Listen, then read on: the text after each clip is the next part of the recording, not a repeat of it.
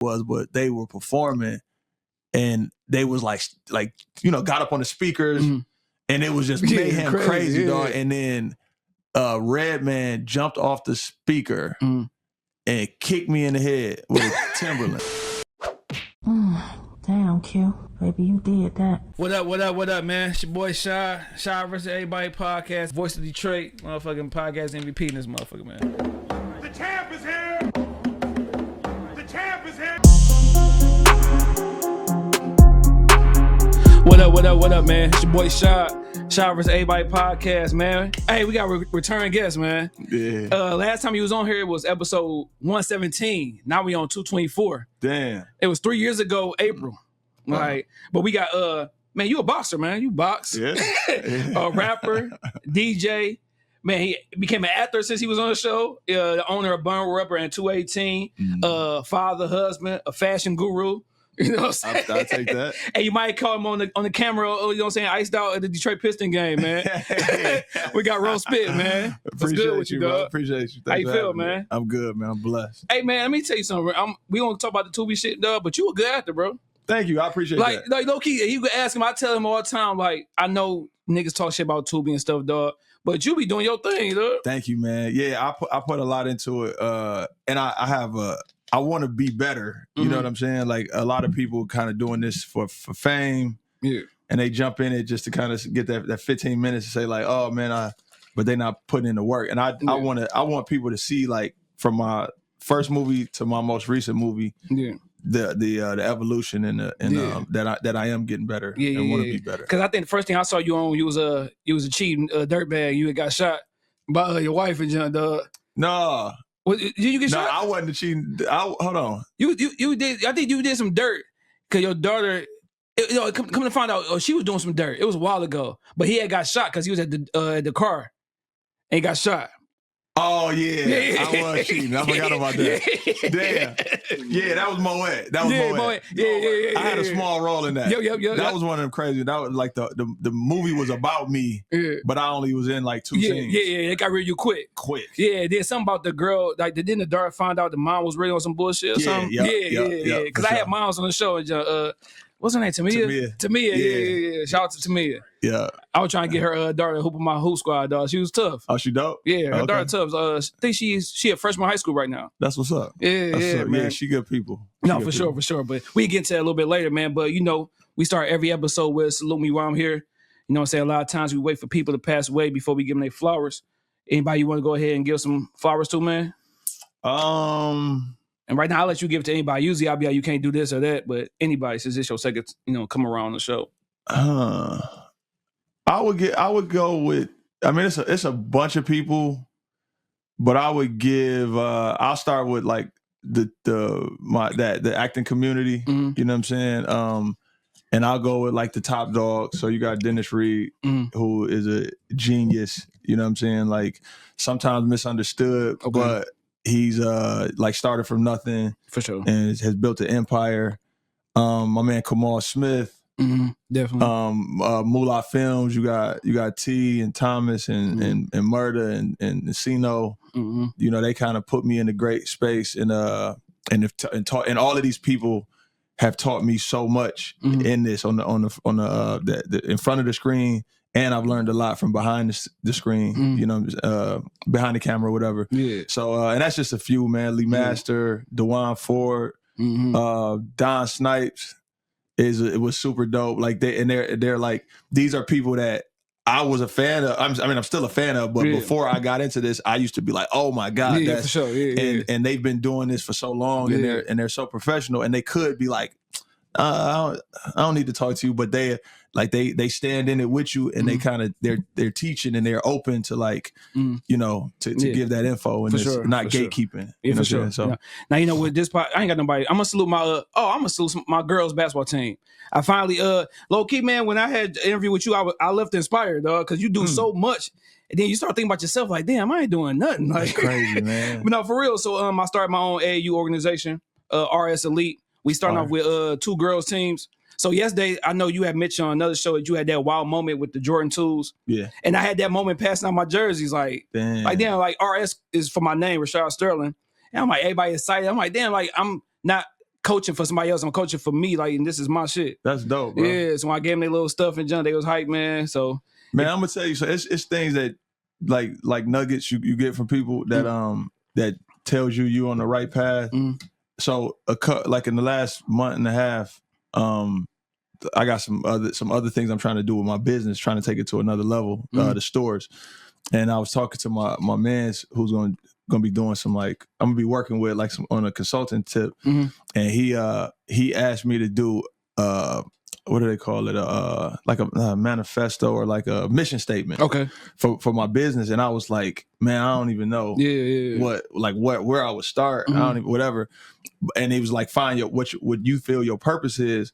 And I was talking to somebody earlier today, and you just said it, but like a month and a half ago, I realized I think one of my purposes in life and why I'm on this planet is to show people that you can do whatever you want to do. You know what I'm saying? You could do as much as you want to do. Definitely. You could do it at a high level.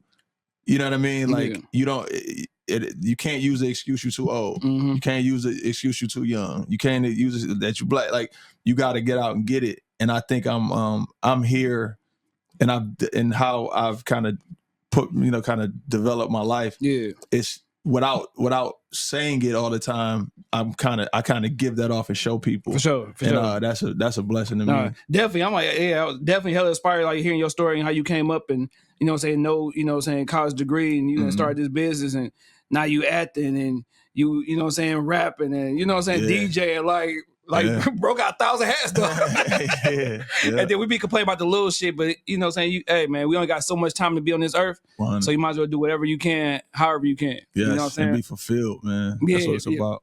Fast. How do you juggle all that though? Like being a father, being a dad, doing this, having a business, and still trying to master a craft as like in acting and stuff. How do you get all that without your wife like, damn, bro, you ain't at home, or no, she do, or damn, dad. It happens. No, it for sure happens.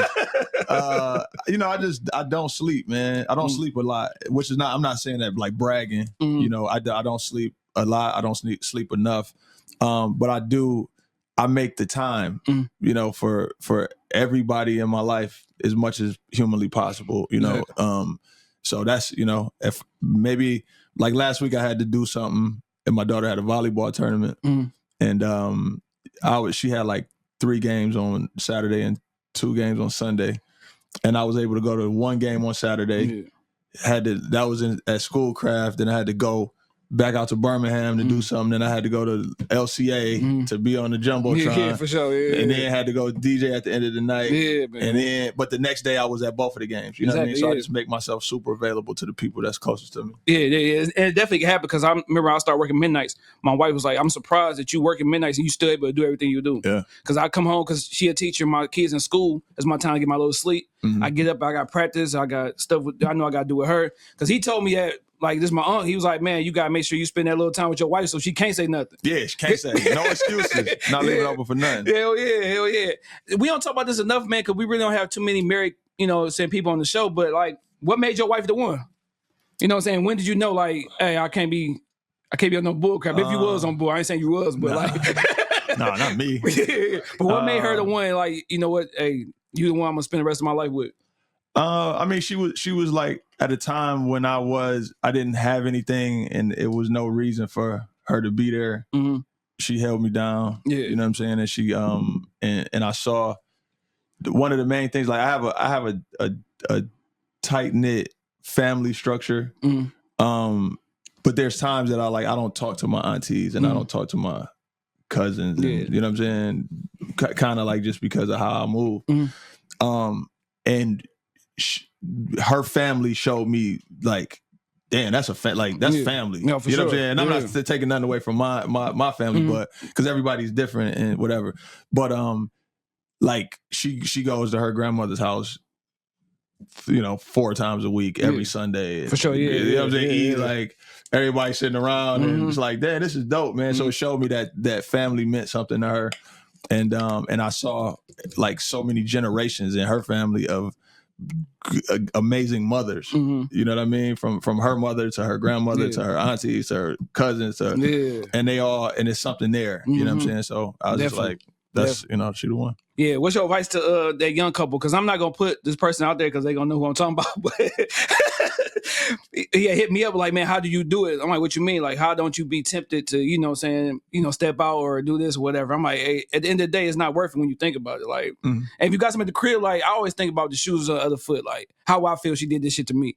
I'll be ready to kill everybody. You know what I'm saying? But what's your advice to that young couple that, that's going through it? They may have a kid early, starting off early, but they want to be with each other. What's your advice to them? To try. You know what I mean? You have to actively try to be in a relationship, any relationship, whether it's your homeboy, your homegirl, anything. Facts, yeah. So actively trying and leaving it all. I equate the majority of my life to basketball. I mean, to sports and selling drugs. Yeah, for sure. Everything goes back to that. You know what I'm saying? So it's like, leave it all on the floor. Yeah, you know what I'm saying? Like, that's real. Like, even if you end up in divorce or even if you end up separated, you tried. You know what I'm saying? Like, I gave it all, and I can look at myself in the mirror. Yeah.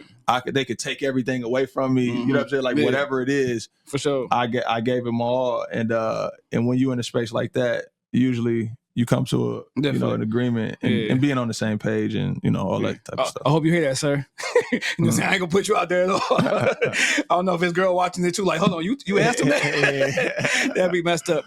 Like I said, with this podcast, we all over the place. There ain't no structure, man. That's what I love about my show. That's why I got the best show in Detroit. But do you think we use the word pause too much, bro? Because I definitely had this most super pause moment before you got here. It's crazy. I was mad at my son because I had my mind on these 2 sausages in my fish. It's crazy. And I was wow. And I was so upset when I got home. You know what, man? I'm like I like to laugh. You know what I'm saying? And it's lighthearted. You know what I mean? I don't think we use pause enough. You know what I'm saying? Like my friends who are adults I get on their nerves with it. You know what I'm saying? But no, I like it, man. I love it. I love the laugh. Like, I was just watching Cam and Mace. Man, God. And it was one that I missed, but it was one of them like how they be reading each other lyrics. Yeah, for sure. No, that's hilarious. That's hilarious. But I love it, man. Yeah, I'm so happy that they back cool, dog. Yeah, I never knew that we needed that so much, dog, until they actually had the show. Like, damn, like these 2 dudes is funny as hell, and they getting a crazy bag with that show. Crazy bag. Yeah. But when I was telling the story, I'm like, dog, this is super pause that I was mad over some sausages. That's like, I was upset, dog. I'm talking about to the fact that I called him, like, bro, you ate my sausages. It's insane, dog. And that's what I was telling you. Like, my son older now, so now we get to these arguments about food. Did he hit you with a pause? No, he did. He should have. But he was too busy playing the game at John. My youngest daughter hit me with a pause. Quick. Pause, Dad. What are you doing? What are you saying? Yeah. Now, you don't have boys, right? No boys. Do you ever think about, like, damn, I wish I had me a little young road man? Yeah, of course. But that's over though. I'm past that. My kid, I'm about to get snipped, man. Yeah. Like I always said, no, I ain't. I tell my wife, I'm not getting snipped. I don't want no. Yeah. I be seeing like my man, loving the life, man. My man Mac Nichols. Yeah, for sure. Got like a 2-year-old or something. Like, bro, what is wrong with you? Sure. What was you thinking, man? You know what I'm saying? Of course, the baby cub, you love her, exactly, whatever. But no, that's over, man. I got nephews. Yeah. I got. So now you gotta wait. Maybe one of your daughters bless you with a grandson one day when they older. Yeah. Because, man, like just knowing having like them girls, man, I gotta. But it might have did something better for you though. Like having them girls, like might have made you more of a protector, more. You know Definitely. what I'm saying? Yeah. I think it made me pause. I made me softer. You know what I'm saying? And and the thing is, man, girls are girls and sons are a blessing. Yeah, for sure. But the thing is, man, girls, your daughters are going to take care of you. You know what I'm saying? Like, I think about that with myself. They say, your son gonna go off, get married, and create his own situation or whatever. Yeah. But your daughters are the one when you, when you old and gray and you got to get here. And like even with my wife and her father, not saying he's super old, but she be on him. Like, did you go to the doctor? Yeah, that's how my auntie is with my granddad. You taking your medicine, you doing this. And you know, boys, I don't even be thinking about that, man. I'm thinking about it, getting the bag and you know what I'm saying, like, all You like, you straight? All right, yeah, bet. you good. You look, last time I saw you, you was smiling, man. So for sure, he look good. You look good, yeah. Ain't feeling good at all, but he look good. No, for sure. I got a daughter, man. My daughter, my youngest one's 4. I got like 18-year-old son who ate my sausages and jump balls.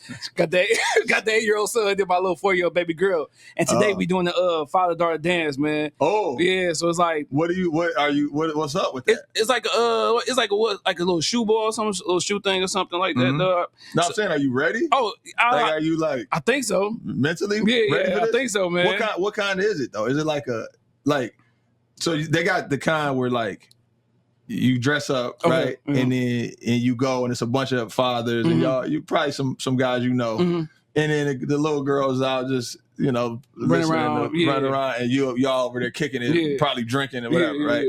But then they got the ones which is probably that you're going to. They got like my daughter did the debutante ball. Oh no, ain't that one. And we had to learn like the waltz. Oh yeah, no, or something like that, which was crazy. No. And I like at when it first started, I'm like, man, I do not want to do this.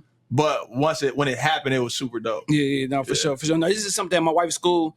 Cause she don't go to the school, my daughter, cause she's not even in Head Start yet. I mean preschool yet. But she like, can my husband and my daughter come? And they like, yeah. So, okay. That's dope. So it's like some little shoe thing. Like we got the little matching shoes and John Dub. And then she got the little black dress and stuff, dog. I'm like, damn, I'm soft out here, boy. That's what's up. I'm all getting sad thinking about it, dog. Nah, man. And you said you got a 18-year-old son and then a 4-year-old, 8-year-old son, daughter. And then a 4-year-old daughter. Oh, is it 8 or 18? 18 boy, then an 8-year-old boy, then a 4-year-old daughter. Oh yes, and this your baby girl. Yeah, baby girl. Yeah, exactly, man. That's crazy. No, 18-year-old. Yeah, this is his last year in high school. Okay, so he about to graduate. So like, when you look at your kids growing up, do it make you feel like, damn, I'm getting older? Because you start remembering how you was at that age. No, I don't think like that. It don't make me feel older. Like my back hurting and my knees hurting for sure. Yeah. When I get out the car, make me feel like I'm old. Not my kids though, man. But no, it just I don't know. I mean, I don't know the word to say. It's like it's just a blessing. I just look at it like it's amazing that a person can go from this small to kind of like creating their own life. Because I'm sitting there getting attitude. My son he came out the shower the other day, though. I'm like, damn, this nigga been lifting weights. Like, so now you gotta do some push-ups on your own. Because he got a little weightlifting class and stuff like that. He's like, yeah, Dad, I didn't gain about 20 pounds of muscle and this, that, and third. I'm been taking this. I'm like, damn, I gotta whoop your ass, dog. Like, punch him in the chest. Yeah, because I'm like, he made me feel a little weird and shit. Like, damn, I'm little as hell. Like, I shape ass nigga. He's like, Dad, you gotta get in shape, man. You looking bad out here. Like, all right, man, fuck you. Yeah, man. I want to get on sports a little bit because, like you said, we just seen you at the Pistons game, man. How are you feeling about the NBA this year? Definitely the Pistons, man, doing way better. Like, they first team to triple the wins that they won. You know what I'm saying? Previous year. How you feeling about this? And what's your give me your early NBA Finals prediction. Oh, I have no idea. Okay, I have no idea. I watch boxing. Okay. We talk about that too. I gave up basketball. First of all, let's go back. When I got a certain age, I gave up. Because you was a hooper. Yeah, I was a hooper. Yeah. I gave up the sport of basketball. Okay. Right? Because all of my friends, like probably my closest friends, probably like 75 to 80% of them blew their Achilles. Yeah. So he was around. And then like friends of friends, and it was just too much happening. They were all the same age. Yeah. And I don't have to touch the stove. Yeah, for sure. Yeah, right? Definitely. And then also there's in doing so many things, you got to give up something, right? So it's like, do I give up DJing or basketball? It's like, fuck that. Right? Yeah, fuck the basketball. But I had gave up on the Pistons when they chose Darko over Melo. Yeah. Like I definitively said, like, I will never in life go for these, go for this team again. That was terrible. And then they win like 2 championships, right? But still, think about if they would have had D Wade or Melo. 4, they probably won 4 or 6. So, after when I gave up basketball playing, like you got to kind of give up watching it. So I watch Tubi and I watch like whatever my wife whatever we into at the time. But I don't watch much sports. But the only thing I was like, I'm not giving up is boxing. All right. Well, do you feel like Tank should have got that L? That last fight against Lamar Roach. So I was working and I did not see the fight. Yeah. But I heard that he, you know, if his name wasn't Tank, he definitely would have lost. He should have lost. The whole little I'm wiping my eyes out because I got grease in my jump from the braids, and you take a knee, like automatically that's a knockdown. Yeah. Like and my man's was like, he the first person I seen that was eating the punches and giving it right back to him. Yeah. Pause if that's not really pause. Yeah, but it's just case. Giving it right back to him is for sure. But he was the first one I seen to be able to, you know what I'm saying? But even the thing about that though, like think about this. And I said this going into the fight. Somebody like Lamar Roach, they've been cool forever. Exactly. So he knows. And who knows how many times they sparred? Yep. Who knows how many times they done? You know, they've been like in the same gym or like they know each other. You know what I mean? And that's a tough fight because like yeah, they scared of you. Yeah. And rightfully so. Like you've been knocking niggas out. Yeah, You know for what sure. I'm saying? Yeah. But like I just saw that part of that interview he did with Andre Ward. Yeah. And he was like, he's small and he don't punch hard. And it's like, what? But like he even asked him, like, you came up to fight him. And he's like, yeah, that's what I'm saying. Yeah. You know what I mean? He's not like the thing is, they say this about, it's not about how hard you punch. It's not about the how hard the punches are. It's about the ones you don't see. Is that yep. You don't notice, right? And he's like, the thing about Tank is that he lightning quick. So that's what it is. Yeah, it's like definitely. You thinking he flinching or he fainting at you and you on the floor. So if you get past that, he was like, it ain't that much. So I'm interested. I'm still on the Tank side though. But a lot, if you notice a lot of Tank fights, he be losing some early rounds because he's trying to figure you out. That's boxing though, man. That's up in the air. But people would say that about Floyd. But I would challenge that to say he just figuring you out. You know what I mean? That fight showed me, and everybody say I'm wrong, dog, that Shakur Stevens beat him. Who? Tank. That fight showed me because he didn't have Floyd type of I'm a outbox you. And I feel that he would outbox Tank. Now, of course, you don't want to get caught by Tank, but I think that fight proved to me that Shakur Stevens could beat him. He gonna outbox him. I don't know. I still think. I don't know if Shakur outboxes. He probably will. He probably would outbox him, but I don't know if he could stay away from Tank for 12 rounds. Yeah, it's hard. That'd be tough. Like Tank is going to get to him, and they got it. He's going to have to engage. He's good. He's good enough to get away from all the people he's been fighting. But once, like the thing about Shakur, and I love Shakur. I love all of those guys. Shakur, Devin Haney, like all those guys. But to have 30 fights or close to, I don't know exactly how many, but close to 30 fights, and you can't really name somebody he fought, is crazy. Yeah.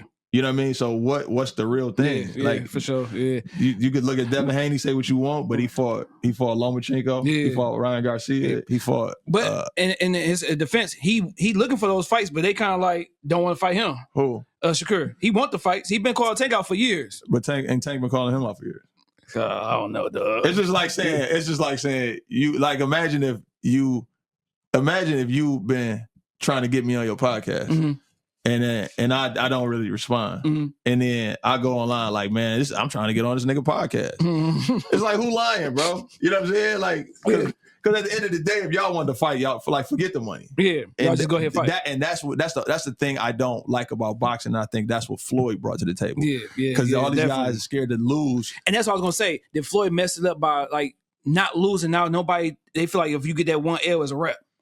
Back in the day when you had like those nigga Tommy Hearns and Sugar Ray, Marvin Hagler, they was going at it, fighting. No matter how many L's they had like 3 or 4, some different L's on there. But now it seemed like they so scared to get that one L because Floyd did the 50. Yeah, I 51-0, 50-0. I think it's that Floyd had I feel, and I don't know him obviously, but I feel Floyd had a mission, right? I feel Floyd wanted to make as much money as he humanly could make. And I feel that he wanted to take the least amount of punishment he could make. Yeah. I don't even think he cared about the O that much, right? Losing that much. You know, some people might get it twisted, but now that's what these guys are doing. Like they don't care about belts no more. They don't care about legacy no more. They like, listen, bro, I'm trying to make $1 billion for sure. and I want to be able to talk when I turn 60. You can say the same thing with basketball too. Like everybody teaming up because they trying to forget legacy. I want rings. They don't care about that. And you know, it's a different time. Like Marvin Hagler made, you know, it's not for him to care about belts and him to care about being the undisputed, whatever. That's awesome. That's cool. And that was for that time, but like a lot, it's rare that these guys don't really care about that, man. Those was two boxing moments I saw my mom and dad almost cry. Was when Marvin Hagler lost to Sugar Ray, because Marvin Hagler was a guy, and when Mike Tyson lost to Buster Douglas. I couldn't believe that. Like when they happened, like my house was like, I was super young, but like my dad was so mad he went to bed. Like he probably lost some money. Like they was hurt, dog. Those were the two boxing moments I seen that they was hurt, dog. Like completely destroyed, dog. And with that Marvin Hagler, if you go back, you can kind of say he won that fight. Yeah. If you go back and watch it. Against Sugar Ray? Yeah. And then that was it. Last boxing thing I want to ask you. Do you think Bud making a mistake fighting Canelo? I don't know. I don't think he's making a mistake. Yeah. I think I think Bud is one of the rare, like, I think he cares about the stuff that I just said most of these guys don't care about, these younger guys. And I'm gonna tell you, man, Canelo is the bigger fighter. And that's what kind of scares me about Canelo, right? And him coming up. But the thing about Canelo is he don't like fighting slick niggas. Yeah, for sure. He don't, right? Yeah. The last one he fought for real is Floyd. Yeah. Yeah, he fought Danny Jacobs, he black, right? He fought Arislandi Lowry, whatever his name is, Lara. But I don't know. I think, you know, a lot of people say he kind of won that fight. You know what I'm saying? And then he fought Charlo. But he don't really fight niggas, man. And that might be it might be a reason. Like he might know, like, man, that slick shit get the popping off. I mean, I can't wait to watch it, but I'm like, damn, because it's gonna be good. Because Bud, that last fight he had when he moved up, he was struggling. He struggled. He struggled, dog. So I don't know if he learned from that, you know what I'm saying, be able to, you know, go to he gonna definitely get bad from it no matter what. And he gonna fight. Yeah, he gonna fight for sure. That's what I'm going with Canelo in that fight. If I was a betting man. But it's gonna be good. I can't wait to see it. Yeah, because that's September. September something. Yeah, because they both got fights prior to that. So you know, saying hopefully nobody lose. But Canelo, you got to fight Benavidez too, man. He not gonna fight Benavidez. Benavidez gonna put him on his ass. I think. Man, Benavidez is a fucking monster. Mexican monster. Hell yeah, man. Yeah. Now, like I said, last time you was on the show was 2022, man. You've been having a lot going on. What did you go into 2025, like want to achieve, want to, you know what I'm saying, get better, if it was with the acting or just like your personal life, like what did you want to, you know, get out of 2025 and feel like you need to improve on? Just growth and like and separation in every aspect of my life. You know, I want to grow and, you know, financially, physically, spiritually, you know what I'm saying? Like all the leads. and then, you know, sometimes though, man, it feels like to have what I have achieved in the like, you know, made or whatever. It's still like it still feels like I need to work. And that's kind of, you know what I mean? Yeah. Like niggas like, you rich. I'm like, bruh. Yeah. Like I don't know what they call rich for sure, anymore. But I received that, you know what I'm saying? But it's still a feeling of like, you know how like you swimming, right? Or you in a pool and you swimming, but it's like you kind of feel a cramp. For sure. At any given time, a cramp in your foot can happen, and it's like, over. Dog. And you just kind of like, no, I'm not cramping up yet, but it just. So I want to get to a space where it's like, you know, just the breathing, the you know, that exhale moment of like, man, I'm not worried about like, you know, anything financially, right? Like, yes, I'm able to put my daughter through college and do these things, you know, and live this life, but you know, I want to be where, like, I want to be comfortable. So I'm looking for that. Now you say it, but do you think no matter, like, because you might have a dollar amount in mind, you get to that, you're like, all right, now let me jump. Would you ever be satisfied, or you always gonna be like trying to get better or make more? Yeah, I'm always gonna try to get better and make more. But it's less of how much it is and more of just the comfortability. You know what I mean? Like, cause yes, I could for what I have right now, or what I'm making right now, I could be comfortable. You know, sure. I could buy a couple less watches and a couple less chains, and you know what I'm saying, things like that, and be good. But in that space, because I don't feel that I'm an excessive kind of person. You know what I'm saying? Like you might not look at my shoe room and say that, but, for sure. But for the most part, I'm like, I'm pretty chill. You know what I mean? I don't really shop a lot. I don't really do a lot of crazy stuff like that. Not when I buy, but I just want that breathing, that breath of fresh air moment where it's like, all right, man, it's good. Like sure. Business is going good. Like definitely. Everything is going good.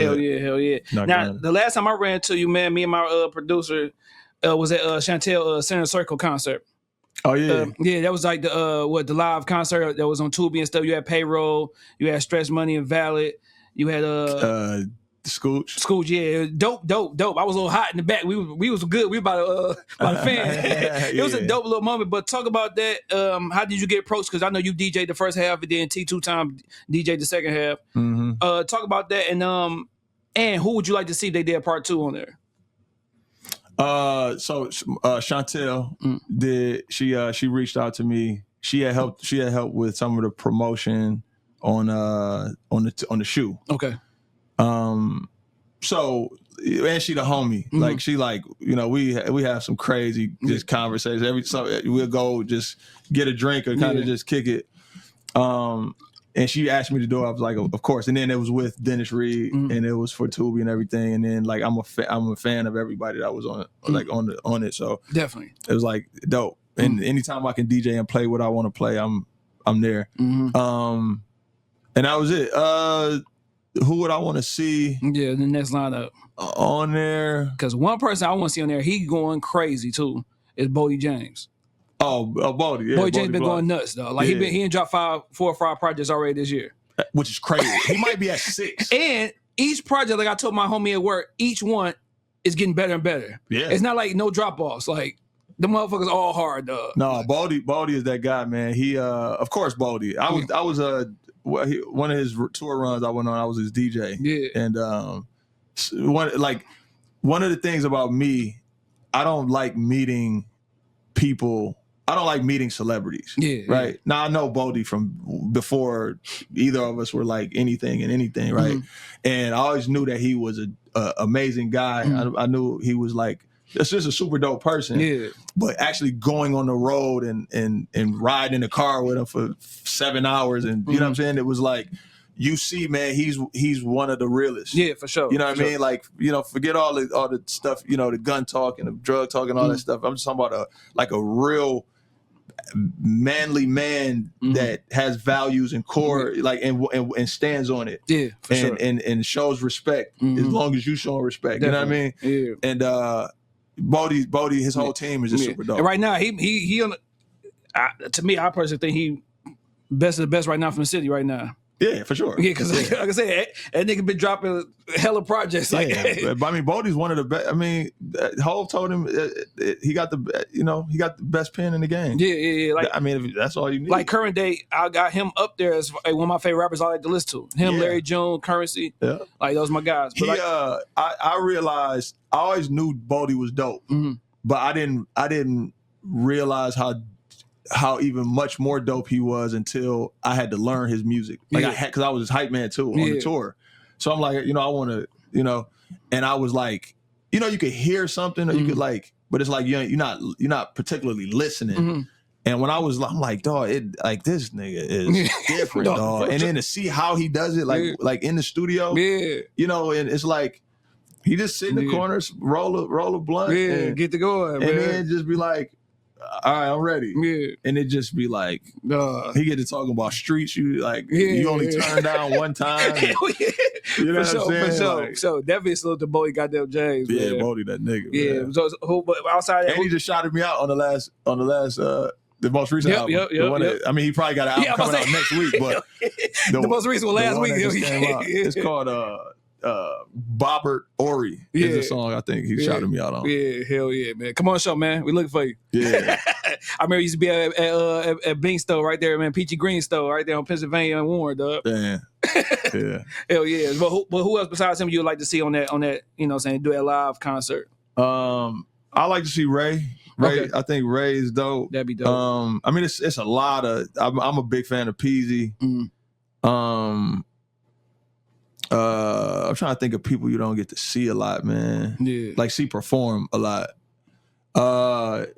It'll probably be dope. It'll be dope to see Rio the Young OG. Yeah, Rio is nice. hell yeah. Like their whole team. Charity. Okay. Charity would be dope. I think she's incredible and she's an amazing performer. But really, I'm pro Detroit, man. Yeah. It ain't like it's not anybody that I would not want to see. That's how I linked up with payroll. What's my man name? Marathon. DJ, Marathon. yeah, I got with him. He came on the show. Hell yeah. So I tried to make as many connections as I could, man, when I was up there, because I don't get out enough, man. Everybody tell me I need to get out. Yeah, gotta come outside, man. I be in the crib, bro. Like just chill. I hate going outside. I just be wanting to chill, watch basketball, dog, and just relax. That's real. And watch old episodes of Wayne Brothers because he hated it. Right. I just had you said trash. I just had this. Somebody said Martin was trash or something like that. No, Martin was great until last season when him and Gina had that little whatever they was going through, and she wasn't on there. I didn't like those episodes. Yeah, but that wasn't really them though. Yeah. But they were saying like Martin. So like my wife watched Martin every night. That's how you with that in Sanford and Son. 20. I mean, it's been 19, 20 years. Right? Yeah, for sure. And you said with Sanford and Son? That's incredible. Yeah, I watched. Hold on, I'm gonna get back to that. I just watched it during the pandemic. I watched every episode of Sanford and Son. No. I went back. Yeah. And I was looking for this one episode. I didn't know what season it was in. Remember when he told Aunt Esther she should stick her head in some cookie dough and make gorilla cookies. I said, this nigga is different, bro. I went back to episode 1, season just for 1 that. To watch. It was in like the 4th or 5th season. Bro, the two best episodes was the one when he brought the caskets to the crib, and niggas slept in the back of the truck, and then the other one when old girls from Detroit.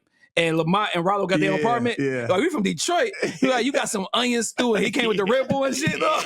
He's like, Red Bull? He went crazy when Fred brought that Red Bull. I remember because they were from Detroit, dog. Yeah.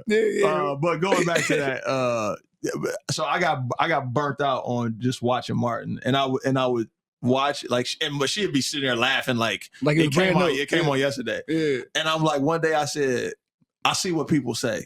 I say I get it now. I didn't, you know what I'm saying? And maybe it's just watching it every night, years and years and years. But I'm like,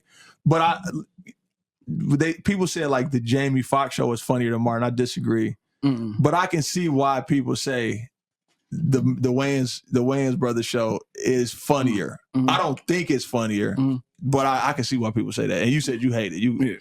And Marlon, like after season 1, he came fly. He's had the J's on. Yeah, they used to be fresh. Well, Martin used to be fresh. Yeah, Martin, Will Smith, and Marlon Wayans, they were fresh. Yeah, they were fresh, though. They were fresh. Jamie Foxx wasn't fresh on Jamie Foxx show. Not for real. Out of the 3 of those, I think Will probably the freshest.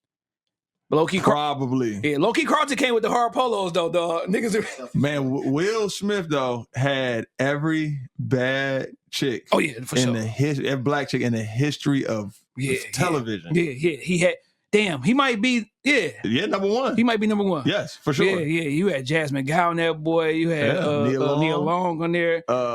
What's her name? Cherry. She was on a different world. Cherry.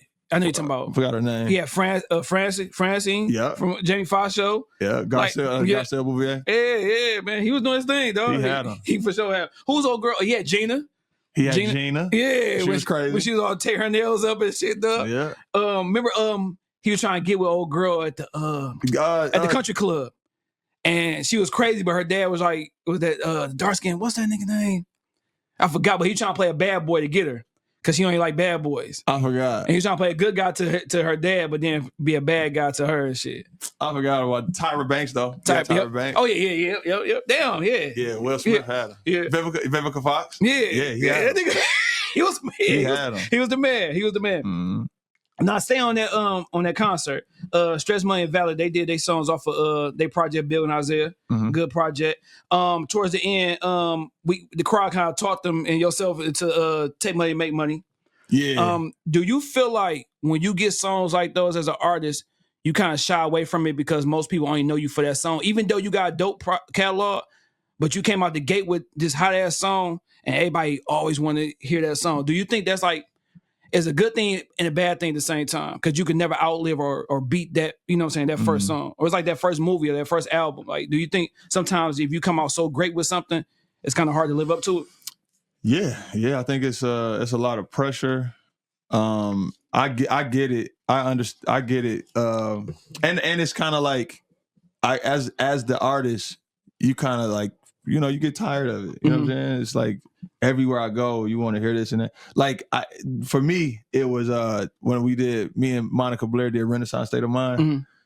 And the thing for me, like it got so crazy. Like we performing at different award, like the Detroit Music Awards, like not like the Detroit Hip Hop or Rap Music Award, like the Detroit Music Award shows. And, you know, I don't think we ever did, but they was like trying to get us to perform it at like back then. I think it was the Palace or whatever, like you know, at the game. But then I would get text messages and calls every game because the DJ at the time was playing it at every game. And it's just like, man, for me, it was like, this ain't my song. You know what I'm saying? Like, yeah, I've made it kind of my song. And at a level, a lot of people would be like, when they hear the Jay-Z and Alicia Keys, they're thrown off, right? But it's just like, man, I don't. And with us, it was Monica Blair. She kind of was like, I'm done. I don't want to perform that no more. And we stopped getting shows and stuff. But somebody like Stretch it's a to me, and it's a gift that you can make something that transcends like age and time and all these different things. For sure. But I understand, I get how you could be tired of like, these Bugle Boy jeans are amazing, but I don't want to wear them every day of my life. For sure. You know what I'm saying? Or even because when Stretch dropped that album, I was in 11th grade and I was listening to no Detroit rap. That was my introduction to Detroit rap was Stretch Money and Tone Tone. And then I started listening to Blade because when I went to I was staying in Harper Woods going to Grosse Pointe North, got kicked out, went to Southeastern. So when they was asking me like, do you know who Blade is? I'm like, no. Niggas started clowning me. Like, you know Big Hurt? Oh, no. That's crazy. Yeah, you got to know them. So like, it's like my whole thing with rap, man, I kind of like grew up on like my mom and dad listening to old school music. So I didn't really start listening to rap for real until I got like in high school, like in 11th grade. That's when I started. I was listening to rap, but I wasn't like going to buy albums and really invest it until I got older. Right. And that's why I think I told you in the last episode, 400 Degrees is like my introduction to rap. Because then I'm like, damn, this is hard. Like, crazy. Then I started listening to everything else. Like I went back listening to Jay-Z, Biggie, Pac and shit like that. And then that's when, Pac was the only rapper my dad listened to. Word. That was it. That's real. That's why he was my favorite rapper. But give me your favorite rap moment and your most memorable rap moment that you can remember. Just in life? In life. Because my most memorable rap moment is being by the radio waiting to hear Nas respond to Jay-Z. Okay, it was on the radio and you had to wait for it. You had to wait for it. Yep. You said, what was the question? Biggest rap moment? And your favorite rap moment. One of my favorite rap moments was I think it was called the Spit Kicker tour, or like maybe it was one of them tours, but it was like Method Man and Redman performed, and De La Soul and a couple other like I was like Kweli and Mos Def or something like that. I was super hip hop at this time. Sure. And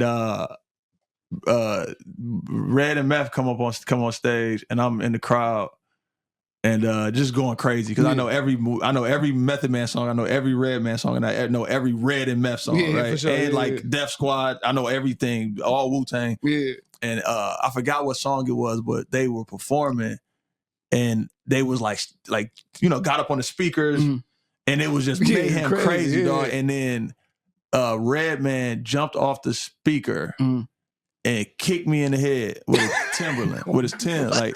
But he was just stage diving, and it smacked me in the head like pop. And I was like, I kind of like fell, and I was lifted him up and like lost my mind, bro. That was like one of my I always tell that story. So you said that was Redman who kicked you? Redman kicked me in the head. Got you with the Timbs. A fresh pair of Timberlands, bro. off like a tall speaker. I took that shit like a champ. No, I'm thinking about my man who was that Miguel who drop kicked that motherfucker dog that performance. Or No, like when he jumped on stage, yeah, and I was in the crowd. Dog got hit with some damn. My favorite Got the hip-hop big moment. leg boot with the Hulk Hogan with the Timbs. Man, I got to come back to that, bro. There's so many, man. Yeah. Like, I mean, I could go back to one of my first memories in hip hop. Oh, I could go with this. Crush Groove. Okay. Watching Crush Groove for the first time. So DR2, Dennis Reed, and DR2 Films, they're about to start doing. Well, they already started. They playing classic movies at the Bel Air, like once a month, I believe it is. No. So, like, I think in March they did Purple Rain. It's crazy, right? Showing it in the theaters. So, like, a lot of these young cats had never seen or even heard of it. And this month, I think like next week or something, we doing Crush Groove, and he has a Tubi celebrity or whatever hosted. Okay. So when they asked me to host it, I'm like, hell yeah. Yeah, for sure. But it was Run, DMC when they performed. It was two parts actually, that the whole movie in general, but when Run came out and did It's Like That, when they was when the crowd was going crazy and he was like, I forgot exactly what he said, but I'm on the stage. This is my motherfucking house. Yeah. You know what I'm saying? And then did that whole bit. And then when Cool J came in, when they was doing the auditions, and they was like, no more auditions. And he came in and he put his man's and he was like, box. And it just came, doop, you know what I'm saying? Like, those moments give me chills. Like, even right now, give me chills just think about it. So I can't wait till they play that movie. That's a classic, dog. Say you got hit with the Timbs, dog. Yeah. But I remember that Nas and Jay-Z jump was crazy because, like, that's when you had to wait for it. You know what I'm saying? You had to wait for the disc. You couldn't just go on Instagram or YouTube and, you know what I'm saying? You had to wait for it to come on. When Nas came out with that Ether, I'm like, God damn. Then, you know what I'm saying? Jay-Z came back. He came back. Then that's when he came out with that Stillmatic album. And then that shit went classic. Like, man, I'm gonna tell you, I feel that I was, I'm a Jay-Z stan. I'm still a Jay-Z stan, like, through and through. But back at that time, I was a Jay-Z stan. So anything opposing that was, I was anti. Yeah. And now I'm a Drake stan. So anything opposing Drake. Like, I know you. I'll be seeing you on social media and stuff. Yeah. That's all I was gonna say. Like, go ahead. My hot take is that Ether was whack. No, you crazy, dog. Listen to it, bro. I did. Dog. Listen to it. I ain't putting it as my with top. No mustache, with whiskers like a rat compared to Beans You Whack is trash. give you my what do you say? Calling my crib and I didn't give you my number. That's whack. I mean, but you telling me if he wanted to talk to me and you gave him my number, that's a problem? That happens every day. Like, yeah, bro, I called you because I had your number. Dame Daddy, Dame Dummy, or Dame Dummy. You get it? I get it. You Biggie, he Puffy. That shit weak, bro. No, the best thing that song was like, fuck Jay-Z. That's the best part of that song. I mean, I'm the hook is straight, but the line for line to me is one of and he kind of going to Kendrick. Kind of going to Kendrick. Don't do it. He had the most accepted song, and he had the better. Overall, it might have been better songs than what Jay-Z did, and whatever. And he won I think he won the battle. Yeah, with like, it's like getting shot with a BB gun and dying or something like that. Like, damn, that's fucked up. Like, damn, but he did kill him. But it was, and I feel the same about Drake, man. I think Drake had the better dishes, dog. But Kendrick had Not Like Us. Now I do. That what was that one Boom, song? Bop, bing bop, bing bop, bam. No, come on, bro. And I'm a Kendrick fan. No, Meet the Grounds was hard. Meet the Grounds was the best one. That was the best diss. But he did what Drake did to Meek Mill. For sure. He had the better song. He had the better song, and he caught the people. You know what I'm saying? And I think that's what Nas did too. Yeah. And the way he was dropping he was ready for it. As Drake was like kind of baiting him, like, come on, where you at? Yeah. Bam, I got a whole album for you, ready. But the thing is, which to me goes to the Drake point, is that he had some kind of it's like early information saying that this is how this was going to go. Yeah. Right? Yeah. It's impossible for him to come up to hear this, create this in 10 minutes. No, he's ready. He was ready. He was already ready. Yeah. Which makes Drake's more impressive that at least he's doing this in 4 hours. You know what I'm saying? Like he's whatever it is, whether you got a writer coming in or whatever, he figured that out and came up with Meet the Grams. Yeah. And this nigga already had it in the clip. I mean, but when in battle, you gotta be prepared. Impressive. Yeah, but I just think it's more impressive. Because if he didn't drop, because when he dropped Meet the Grams, right before Meet the Grams, Drake had dropped, what's that song called? I don't even know. Wherever it was, he went crazy. But the only thing that stopped that shit made like, because Kendrick dropped an hour later. So it's like, you had that momentum, was like, nigga, this nigga just dropped right after you dropped this, and then dropped the next day with the whole song that ain't got a Grammy and shit like that. So, yeah. But this Drake's second time losing. Cause Pusha T messed him up, and then you had to have what's name step in and squash the whole thing. Nigga from Jay Prince. That was a bad look to me. Okay. I mean, he lost. I mean, everybody has their own opinion. Yeah. How would you feel if I tell you that Drake don't have a classic album? Just ridiculous.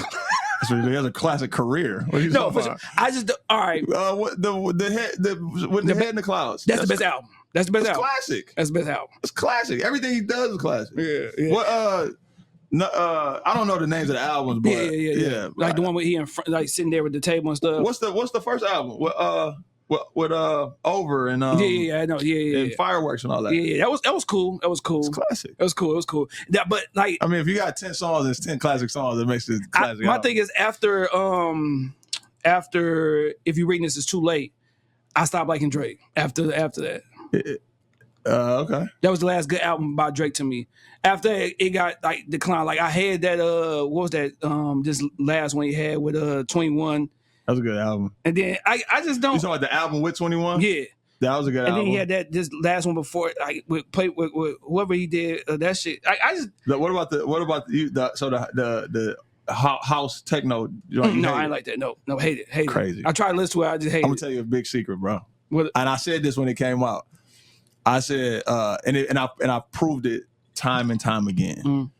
That music that he made, and that album he made, was made for sitting next to a pool in Jamaica or Tulum or right or on a yacht, a boat on the Pacific Ocean, or coming docking in Miami and going out into the water. You know what I'm saying? Like, and it's whatever you could be the most thugged out nigga in the world. Yeah. You could be the flyest. You could be the most brokest nigga. But if you're in that space and that song, those songs come on, for sure. It's perfect. Yeah. It's absolutely. It's for when the sun is hitting you the right way, the wind and the tree leaves are like the water splashing, feet out. Like it's perfect for those moments. And every time I've been in that moment, the moments. Because I'm the DJ, so everybody asked me to play. I said, "Listen, I'm going to play Drake's. Nothing was the same. I don't even know the name of that album. I'm going to play that album on repeat. Yeah, for sure. I'm not going to play nothing else. For sure. My feet ain't out on the beach, so I ain't going. I ain't going to joke right now. Yeah. I'm going to give it some time. Yeah, listen, if you make it there, you get to that beach or you get to Tulum, I'm at the Riverwalk and shit. Nah, you got your feet have to be exposed. Either your feet or your chest got to be exposed. Yeah, I can't be taking no bath to drink. Nah, you can't. Nah, you can't. That's my feet out with the water. Yeah. No, I gotta be in another country. Yeah, for sure. I'll get there in a minute, dog. Last time you was on the show, man, you had the Jordan 2 collab. You couldn't really say nothing. You told us off camera you couldn't really put out there. Before it came out. Yeah, before it. Yeah. Just talk about that moment, it releasing and just the impact it had on, on you, the store, the state. Like, I know you was going around a lot of schools passing them out. I don't think you had put them online because you wanted to make sure everybody in this. Yeah, I think we eventually did, but I wanted people. My brother had copped a pair. He still ain't put the mugs on. Yeah, because he, he got. I would have copped a pair, but shit, I was struggling a little bit during that time. That's real. I'm like, Mel, go get some shoes, dog. Support. But no, talk about that, man. How did you feel like afterwards, just looking back and reflecting on, damn, you just did a collab with Jordan? Yeah, I mean, it was a special moment. It was amazing. Like any word that describes unbelievable. You know, all of those words, it was that times 10. To the best part of of everything for me was giving the shoes away to the kids. Yeah. You know, in Pontiac, and dope. I wish I could have did more, but that was the most fulfilling part of it. Mm-hmm. You know, it's something the city hasn't seen at that level. Not saying nobody in the city has ever not done a collab with anybody, but you know, with the biggest brand in the world on the stage like that, kind of highlighted. You know, not with anybody else per se, at least in the United States. To have people from the outside looking in, looking at Detroit and looking at Michigan as like something cool and dope and fresh and like opportunity, you know, whether it comes in 5 years or 10 years or whatever, that somebody can look back and say, man, you know, even the like the drone show that we had, that was one of the first, I think the only other person that I can't remember if Virgil had did it before us or not. But like even now, like when the Lions were like going to the playoffs and all that, they were doing a drone show, and every people bitch stole my look. You know what I'm saying? Like people be posting that because we was the first ones to do it. And it was a dope looking shoe. Yeah, it was dope. It was a good looking shoe. Like it could have been like, oh, I got collab, but these motherfuckers look crazy. Like it was a good looking shoe. Like I think everything went the way it was supposed to go, man. The story, how it was told, how it came off. A lot of times you tell a story, you make a song, you make this art, and people don't receive it how you intended it to be. You know, like they come out, you know, like Kendrick fans. You know what I'm saying? Like they. Man, somebody told me, I can't even remember what bar it is, but it was like a bar. Somebody told me something about my one of my lyrics. And I'm like, that's not what I was thinking, bro. You looked into that a little. So it's fresh that you come up with that, but that's not what you know, and that's what a lot of Kendrick fans do. Crazy. But he don't like Kendrick either. But yeah, it was perfect, man. You know, it was perfect. And I can't wait to the next one. It was dope. It was dope. Because you Top Hopkins, y'all do a lot, man. Yeah, Top Hopkins, he got the starter jacket and stuff like that, man. Them boys hard. Hey Ty, come on show, man. I need you. Yeah, Ty is a dope person, man. Like to come on this show, it would be incredible. Like Ty is it's like I don't even want to say a staple, but like he's been at every point of everything. He seems super low key though. Like he be in the cut super like low key. But I mean he can go back and tell you stories about what was going on in high school basketball, like with Jalen Rose and Chris Webber and them. For sure. To Jaden Ivey. You know what I'm saying? Like all the way to Kate Cunningham. And, you know what I'm saying? Like from then to now, you could talk street stuff with him. You could talk fashion with him. And he like from I can't even go back before Carl Kanai, like anything that was there, he was a part of it. And he was a part of at some level either bringing it to Detroit or getting it to Detroit. Yeah, well, I seen Charlamagne bring him up like, damn. Like, he out here like and is still doing it. Yeah. Hey man, Puffer Reds. Hey man, I'm coaching at Jalen Rose High School, man. You can come on, you know what I'm saying? Oh no. Yeah, I coached the girls varsity. We were struggling this year, but it's my first year. But, yeah, that's what's up. Yeah, come see me, man. I think my personal trainer just got a contract with the Jalen Rose Academy to train like some of the teachers, I believe, some of the staff. Right now, they need it, I think, because man, I'm saying people be on. No, it's crazy. My son just showed me some stuff. People is like kind of like mad. I'm not gonna say what, but they mad because the teachers not getting the support they need. Oh, word, yeah. And they feel like they getting rid of a lot of good teachers, and I guess like people that's in charge or people as in head, you know, some positions. Yeah, it's kind of like making the teachers kind of leave. So it's like I see what they're doing, but but that leadership is important. Yeah, for sure. You know, what I'm saying with the business, you know that with school. Yeah. You know, what I'm saying at every level, you got to remember people are human. Yeah. You know what I'm saying? Like so. Yeah, like I'm here so much, I don't get a chance to go to the gym. Yeah. I would love to, but I don't get a chance. So for sure. The fact that they bringing somebody in to kind of go take staff members through workouts and all that is like dope. Super dope. Hey, yeah, that's dope, man. That's dope. Real quick, I don't want to keep you too long, man. No, I'm good. With the you had dropped Coney Island around that time, man. Island, yeah. Dope. I was listening just saying about a couple weeks ago, like that shit was hard. Like talk about that project. did you go in there just looking for something, some type of like, or were you just putting out a dope project you wanted, you know what I'm saying? You wasn't looking for anything. You just, I want to put this dope project out. No, so that was a pandemic baby. Yeah. So I had 2 pandemic babies. The 101 project with Marv, one and Ron Dance, and then Coney Island with Nick Speed. And that was so the main part of that was that we were so bored during the pandemic. Yeah, I just want something that we had to, like, it was just like, I've watched everything on Netflix. I watched everything on Tubi. Yep. You know, what can we do? So Nick Speed sent me a text of a song, right? And I'm listening to it like, damn, that shit dope. Yeah. Who is that? And then I was like, he was like, that's you. I'm like, what? You know, I was like, when did I record this? You know what I'm saying? Like, you know how you could do something and it's completely wiped from your mind? For sure. And he was like, right before, something with like, maybe 20, I don't even know, 2012 or something like that. I was in the studio. He played a beat. I wrote a verse or two, recorded it, and never heard it again. And we had talked about me and him doing an album of basically it was the original album was going to be, because I love Detroit. I love, like, people always put me in this super hip hop space. Yeah, of course I love, you know, Dilla. I love Slum Village and all that stuff. But I love Payroll. I love for sure. Dope Boys Cash Out. Like, I love, you know. So we were going to do an album.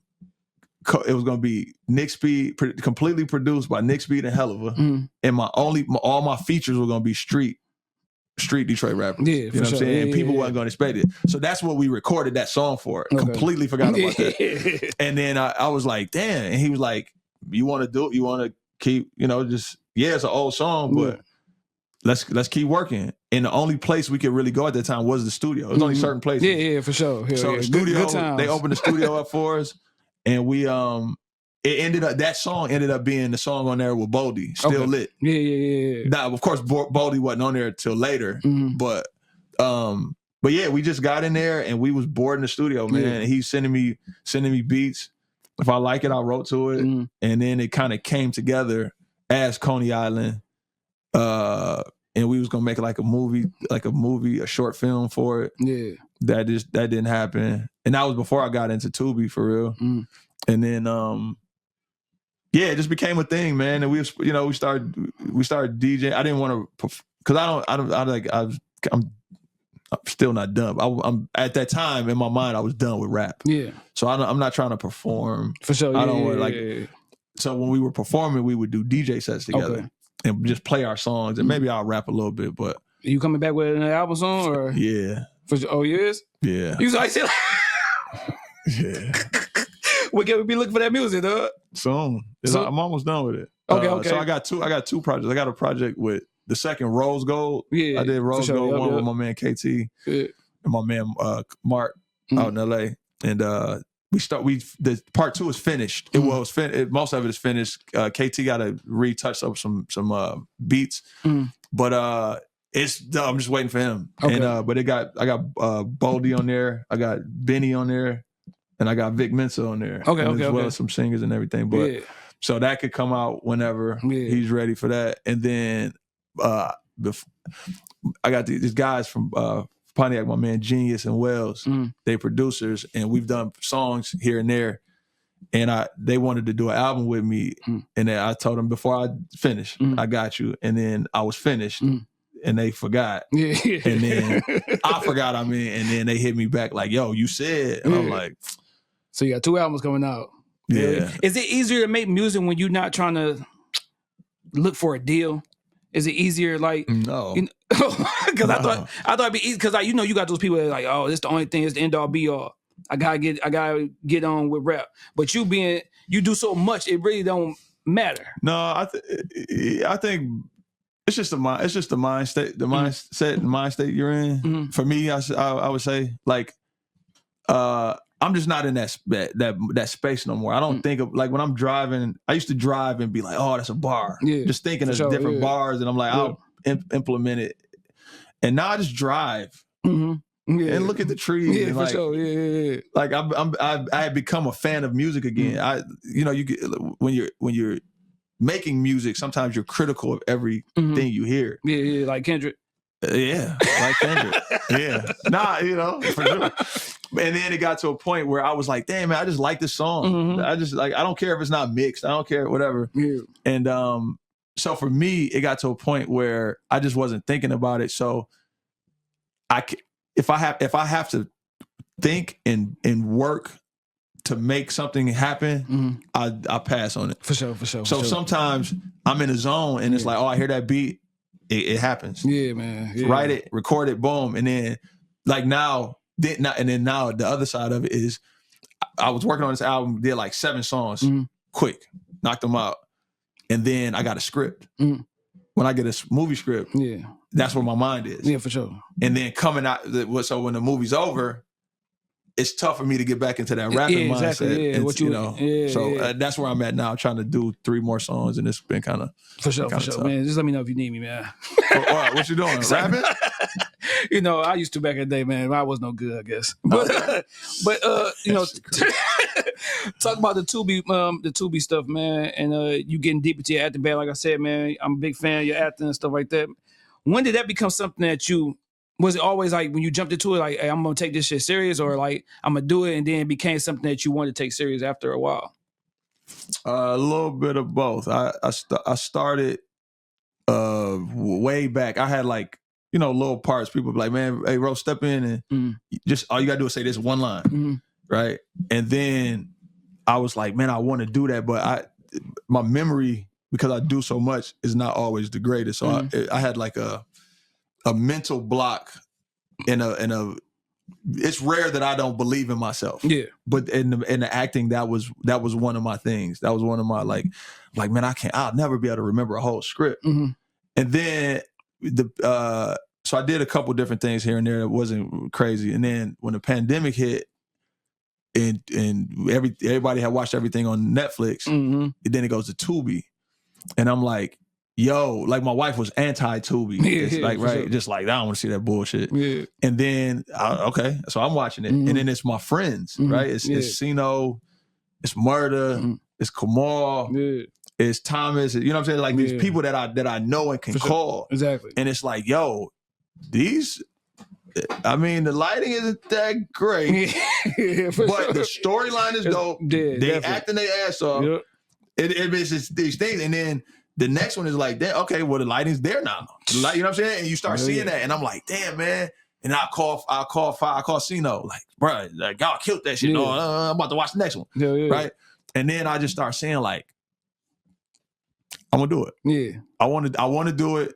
I'm gonna figure it out. For sure. And I'm just watching it like, I had enough of seeing them saying, put me in a movie. Yeah. So I saw that they were doing acting class. Kamal Smith did an acting class, took that, and then Moolah Films did an acting class. And once I got into acting, when I got into classes, they teach you like the basics of, kind of acting and these different things. And I saw like it's all short term memory. Man, it's funny. I did a little short role.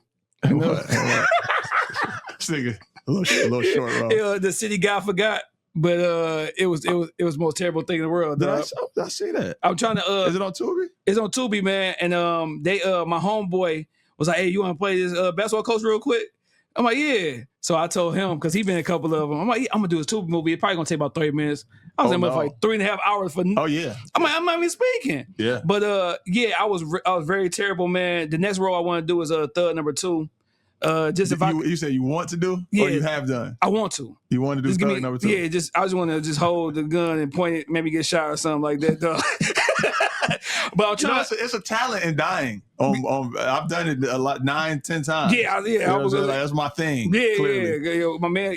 So this is the part I'm gonna make sure he incorporate this. So this is my little don't play, dog. So I'm showing him that's me right there and stuff like that. They told me be like this. You got the Money Ball shirt. And that was it. That was it. Dog. I think I seen that movie. That's hilarious. I didn't even pick that was you. That's hilarious. Thug number 2. I'm gonna keep that in mind. For sure, man. You sure not 1 or 3 though? No, I could be 3. I could do You could 3. be 3. Now I could you do don't 3. really wanna be I could 1. be behind the man who the thug number 2 and shit. Be behind. Pause. But yeah, man. But like, how do you get prepared for a role? And is it anything that you like? No, I can't do that. Yeah, there's a lot I can't do. Yeah. For sure. Yeah.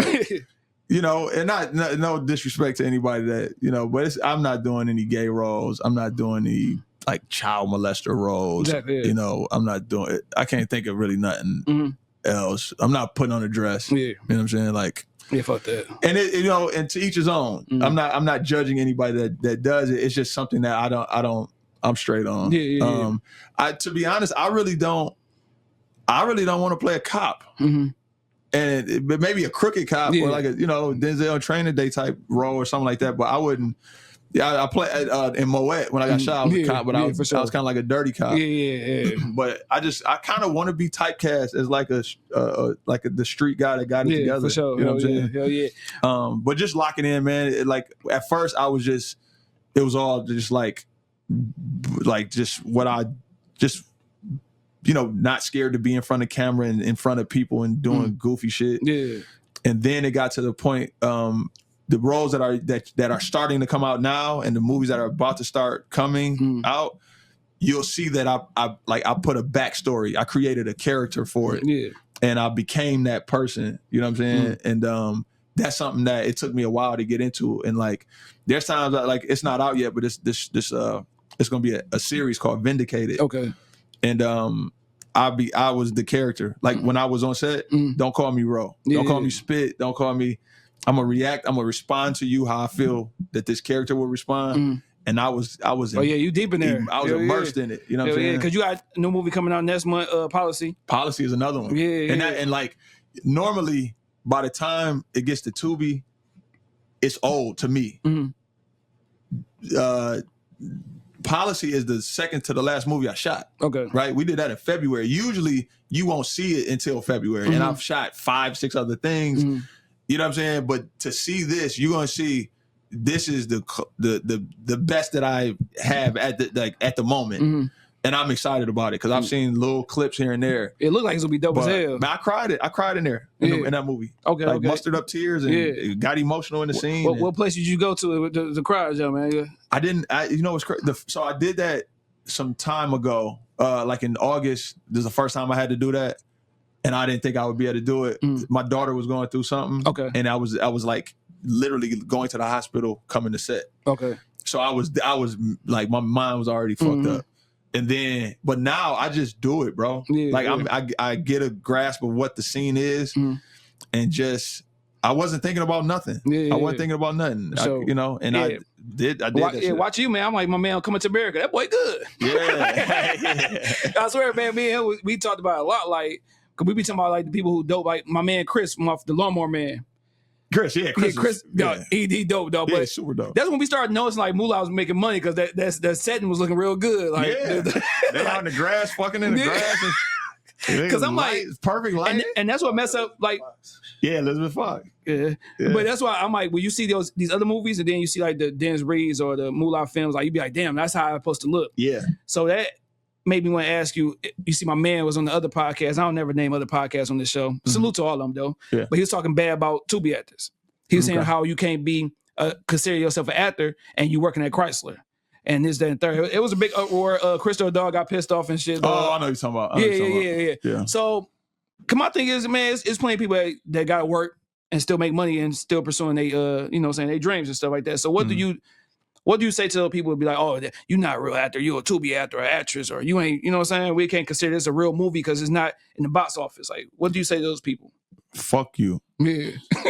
For sure. Yeah. Basically, like, you know what I'm saying? How the fuck you gonna tell me like it's nobody in Hollywood that work a day job and goes, you know what I'm saying? Exactly. Like, I just Tubi got a bad rap because people were going for the money. They were going for the bag. Yeah. And I've been explaining to people like over some time, like, which is cool. You know what I'm saying? Like people make music that it's not about how deep the message is and all that stuff. They're just trying to make some money. But the thing about Tubi is people working the algorithms and working the streams. So if you do something like, it's one thing to say, oh man, like this episode is dope, and people put their heart, their blood, sweat, and tears into it, right? And then he walks into a room with a gray sweatshirt on, and then goes to upstairs and comes back with a green sweatshirt on. Exactly. It's one thing to say like, oh damn, we missed that because we was trying to make some great shit, or we did that on purpose to get streams and make money. Yeah, exactly. I think it's a big difference, and a lot of people have done that. They're like making blaxploitation. It's like the new blaxploitation, which is cool, right? You go do it, but don't try to compare that to somebody that is, you know, taking these steps to make this, you know, their art form look, you know. And also another thing, it's one thing to say like, you know, Hollywood's independent scene is here, right? Well, it's still Hollywood. Like you still could go around the corner and grab a camera that nobody here can even afford, and it's people leaving the NBC studio sets or Paramount sets coming to the hood bringing, right? So it's gonna look different. Detroit that's not what this is. You know what I'm saying? It's like people started with a cell phone. Yeah, for sure. And now they're using red cameras and these other things, and the lighting is starting to get a lot. So I'm a fan of the story. I'm a fan of the process, right? So I don't, if you could drop a movie and it becomes, you know, a blockbuster in every cinema in the world on your first try, that's awesome. But everybody don't got that, man. It takes you know what time. I'm saying? So it takes time. Like I want people to say, man, in 2022, I saw it. When I first saw you, I was like, I still say that's raw, but the acting was pretty good. For sure, hell yeah. Then it's time, like, then 2 years go by and somebody say, man, I forgot that was you, bro. Yeah, definitely. I thought it was just a nigga selling dope. Yeah. I appreciate that. Yeah, you know definitely. what I mean? And I want to see it. I look at Sino, from where Sino started with like Plug Love and all that to what he's doing right now with do so many movies. H Block. Yeah. It's like I appreciate that whole process to say like, man, that man, I don't care where he work at. I don't care if he get up and take his kids, to school and practice and all this and do all that and still be on set and is still able to perform like that. And his son Monster and Hooper too. Yeah. For sure. We had him early. That ain't easy. Yeah, we had him when he was in 7th grade, and I told my cousin, because I'm like, he leaving your team. What you mean? Nigga too good. Like, he gonna be out here pretty soon, dog. Yeah, he was in 7th grade, damn near dunking, dog. Now he at Renaissance, and he was working. Yeah. And he coming, you know. Shout out to my little homie Hal, man. His lineage is special. I know. Yeah. But them boys, some hoopers, dog. Some hoopers for real. Is there anything you feel you need to? Of course, we always need to work on something. But what's some things that you looking at movies and like, I need to work on this. I need to fix this to make the next role and the next movie better. It's a great question. I personally, it's confidence. Because I'm still at a spot where I'm you know, if I just had a bar, which is crazy. I sit around niggas in a room that's worth 100 M's. And now I'm realizing that if you in the room, nigga, you one of them. Yeah, for sure. So I need to do that with acting. You know what I'm saying? Where I'm getting there, the confidence is getting there. But as these roles are coming out, I'm seeing, right? But it's that confidence, and that's one thing Dennis tell me. You know what I'm saying? He's like, man, once you get confident, ain't nobody gonna be able to fuck with you at all. Yeah. And so it's that, and it's I think and this is super super technical and super, you know, some of these movies are like filmed over a year ago. Is like blinking.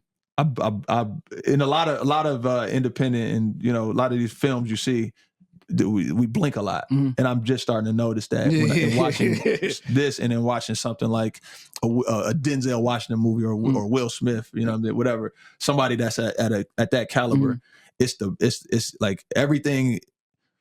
It's the blink for me. It's the blinking, and then what my pet peeve is bro, dog, man. I'm like, my nigga, like, stop that. Like, in normal conversation, it might flow, or you might just be a nigga that just say bro all the time. Yeah, for sure. But on film, it just brings everything down a bit. And it's like, just, you know, just say what it is. That confirmation at the end don't always got to be there. Because my son now keeps saying gang.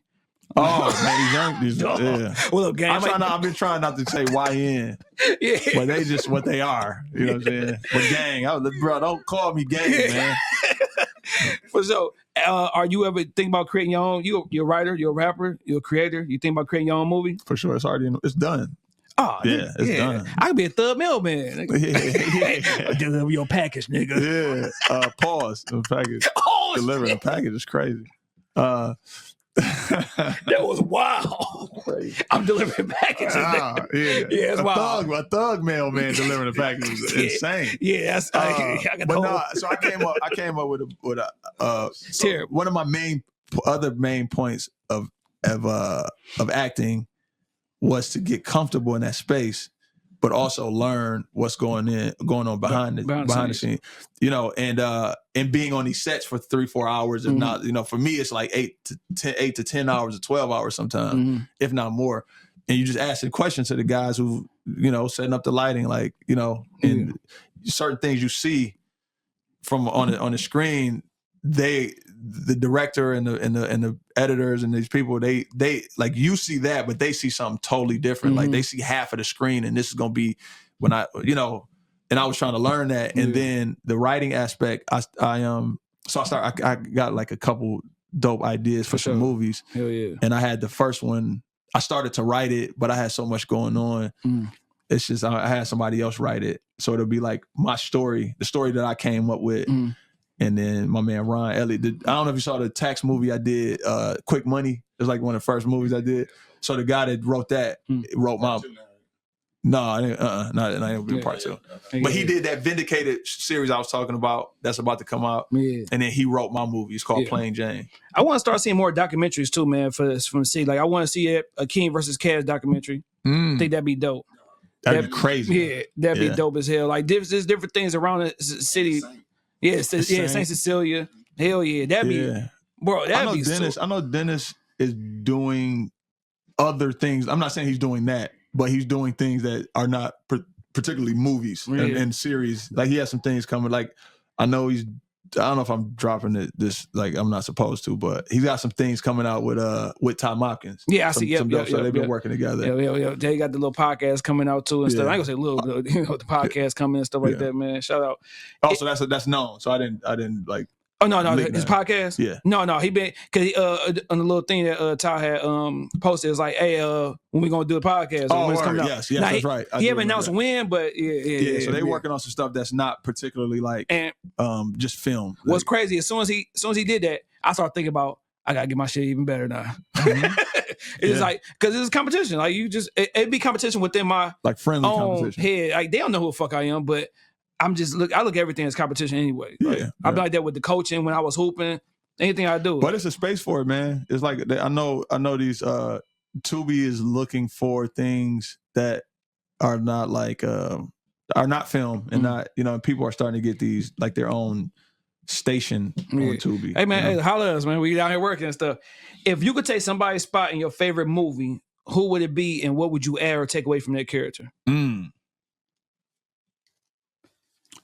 So, say that one more time. If you could take somebody's spot from your favorite movie, who would it be, and what would you add or take away from that character? I mean, I'll go to my two favorite movies. Yeah, we clowned you for the one. What one? For Belly. Yeah. That's what I was about to say. I was about to say, yeah. Belly is a terrible movie though. It's a bad movie. Yeah. And I've age got me there. Yeah, you know what I'm saying? I thought it was good too. But it's still my favorite. It's still one of my like it holds a special spot in my life for some things that I was going through at that time. It in that era of music molded me, I feel. And that was like the visual to it in a sense. But I would take Nas's role. Because he's, you know, Nas is just a smooth nigga, man. Yeah, for sure. He's just a smooth nigga. But that show, like, that was really the first time we saw DMX, right? For real, in a movie. Yep. I like believe that, so. at that level, which the movie didn't have direction, but it was like that nigga is gonna be something. Hell yeah, definitely. And I think Nas could have done that, and he was in a position to do that if he wanted to be a great actor or something. And I just think he was like too dry, man. Like he was too cool. And one of the things when you go to a casting reading or something with Dennis Reed, get that cool shit out of here. I don't even care if your character is cool. Yeah. Get that cool shit out of here, man. You know, and I think Nas did that, and I think, you know, that was like, to me, that was like the dopest role. Yeah. I looked at I was watching an interview. I heard that Kane, I mean, he said he tried to purposely mess that role up because he was mad about something. That. Yeah. So the way he eating the banana and stuff like that, like he said he was purposely. Oh yeah. He said because I don't know if he wanted a different role or he didn't want that role. Whatever I think that was it. Yeah, Illest nigga Nebraska. Yeah, he said he was trying to purposely mess that up, but he said it wound up becoming something memorable. Like damn, like I tried to fuck it up. Yeah. And then my favorite movie of all time is not Weekend at Bernie's, is Ferris Bueller's Day Off. Oh yeah, hell yeah. So I would replace myself with Ferris, and I wouldn't change anything. For sure. I would just get a black version of it. That'd be dope. Have a black version of that, man. Yeah, but that was a lot. The parade going down the street, and that's a classic movie. He on the you know what I'm saying? Yeah. Like that was a lot going on. Last thing I want to ask you about the acting thing. Who was the actor or actress that surprised you? Like, damn, I knew you was dope, or I heard, but damn, like seeing this in person, like working with you, like that I work with. Yeah. Damn, I can't not think of this dude named let me look real quick. Yeah, you gotta get the name right, hell yeah, talk amongst yourself. Yeah, what's hey, remember? I remember when we were trying to do an after thing during the COVID. We was gonna do this series called Dog. So the first one was Dog. You about to get married. So I'm like trying to go ahead and give me my little cheating on before I get married. The next one's gonna be Dog. You got knocked out by your son's stepdad. This is a whole bunch of lame shit. Dang, I cannot think of this dude's name, and the movie never came out. But he's from Detroit. Okay. He's done some things in LA, in Hollywood. Okay. And it was early on, man. It was like it was probably the second movie I had real lines in. After Quick Money, we shot it. Dang, I cannot think of this dude's name, man. I'm about to find it. You got to like put it right here for sure. Yeah. But he showed me that a really good actor can bring a not so good actor closer to his level. For sure. Not saying that I was anywhere, but he like how he was talking to me and look, you know, like a battle, like I can't battle rap because you ain't finna look at me in my eye and say nothing like that. I don't care if you don't even know or don't mean it. Yeah. So I'm straight. I'm just not gonna do it. Right. Yeah, for sure. But it was something like he was talking to me and I'm like, nigga. And I like whatever that was, he brought that out of me. For sure. You know what I'm saying? Dope. And it was like, it was super dope. Like because once again, I really wasn't confident at that time. And I was just trying to memorize the lines. And he brought these emotions out of me in a moment. And it's not like we went over that 4 or 5 times. Yeah. And then, but like in that moment when they yell action, that nigga turned that shit on. Yeah, for sure. And I was like, that showed me that somebody you put somebody with Denzel that's not as good. Denzel's gonna bring it, maybe not up to all the way to his level. He's gonna bring him up to a level if he know what he's doing. And then, like I said, like you said that with you quit everything in sports and selling drugs. You talk about basketball, like you think about somebody like LeBron James who can make somebody who ain't that good. Shit, give him a big contract. Yeah, get him a ring. Yeah, for sure. Make him some money and stuff like that. So that's why I always tell my kids, man, sports and real life equate to each other, man. Yeah, for sure. Yeah. Last thing I want to ask you before we end this thing, man. Like, and hold on, another person, just to the female side of it is Ebony Tate's. Okay, is dope. Deb Lashane. I can't think of her last name, but Deb is something like that. Deb, and that's my baby too. She gonna kill me, but she is like they. When you stand in front of them, you see that they're serious about this, and you just want to you just want to kind of get to their level at some point. You know what I'm saying? Whether they're playing your mother in the movie or your girlfriend in the movie. Yeah, definitely. It's super dope. Now, being from Pontiac, man, I had a lot of people on the show from Pontiac. We always, say they always talk about you and stuff, whatever. How important is it being to let people know that you from Pontiac? Because I don't think you one of those guys that scream like Pontiac. Like when you rap, I scream Pontiac. Yeah, but how important is it for you to let people know? Because a lot of times you be like, oh, he from Pontiac. They be like, oh, Detroit, or you from here, oh, Detroit. Oh yeah. Like when you go places, like I always just be screaming out East Warren, like everywhere. You from Detroit? Yeah, East Warren. Yeah. You know what I'm saying? Niggas do not care about that outside of here. Yeah, you gotta let them know. Yeah, he's Warren, nigga. Like you always let them know where you from. Like you say 6 Mile. Like how important is it for people to know you from Pontiac, and how important is it for you to put on for the city of Pontiac? I think it's one of the most important things, man, because cities like Pontiac, and I know this because, obviously I came from there, they don't get the looks all the time that they deserve. They don't get the recognition, or not even we don't get the recognition and all of these things. So when somebody gets to a platform or to a space where they can say a name of a city name, even if one person looks over there, or the next time they hear it, second, third time, they like, oh damn, I've heard that before, right?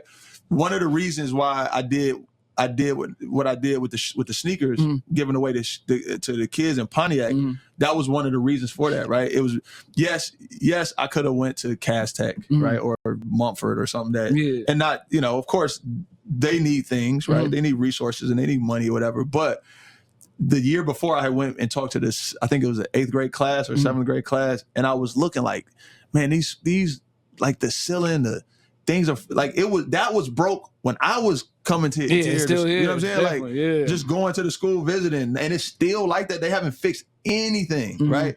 So my thing was, if I'm gonna be all on the news, if I'm gonna be on Sneakers app, and if I can get these powers that be that are sitting up in an office in Beaverton, Oregon, to come to Pontiac, maybe they see something and maybe it becomes a Jordan school. Maybe it doesn't. Yeah. But I have to say that just to get an eye on it. So one day, or they go back and 5 years go by and they like, man, we need to give some money to some inner city store. Like, man, what was the place that Ro went to? Where's Ro from? Yeah. If they give $1 or $1 million, it did. I think it's worth it, man. So anytime that like there's amazing actors, there's amazing musicians, there's amazing marketing people in Pontiac. You know what I'm saying?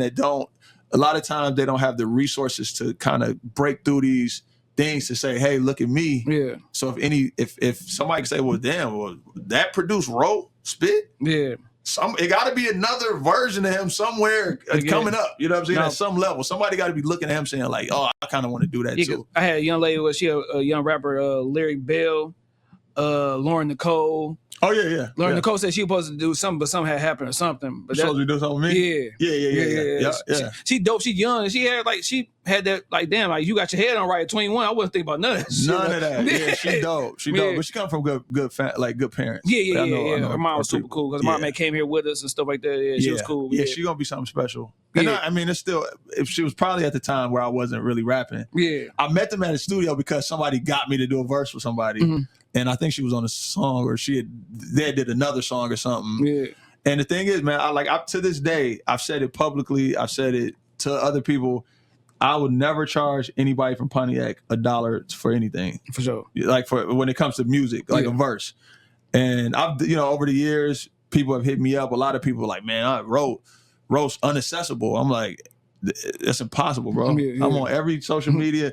If you just say you from Pontiac and I see any motion, I'm doing a verse for free. I might ask for some catfish and and fries. And are you listening to how they sound before you do that, or you just you from Pontiac? It has to connect. It has to connect at some level. Yeah, for sure. But even it's some music that like I'm not into drill, right? I'm like music, like I don't really listen to it. Yeah, maybe some couple songs here and there, Chief Keef or something like that. But I don't. I think it's kind of like fucking up the hood, man. Yeah, for you know sure. what I'm saying? And don't tell Jim Jones. Yeah, and I'm not trying to judge. I'm just being an adult. You know what I'm saying? And it's like, and there's people that have hit me up and like, my son, this man, would you do a song with him? And I hear it, and I'm like, you sure he want to do a song with me? You know what I'm saying? I'm not gonna be talking about that. But I get on there and say what I feel like I gotta say, and I'm probably gonna be talking to him. Yeah, definitely. So, but yeah, Pontiac, yes, the answer is yes. You just gotta be like trash for me to be like, I'm straight. Yeah, shout out to Pontiac, man.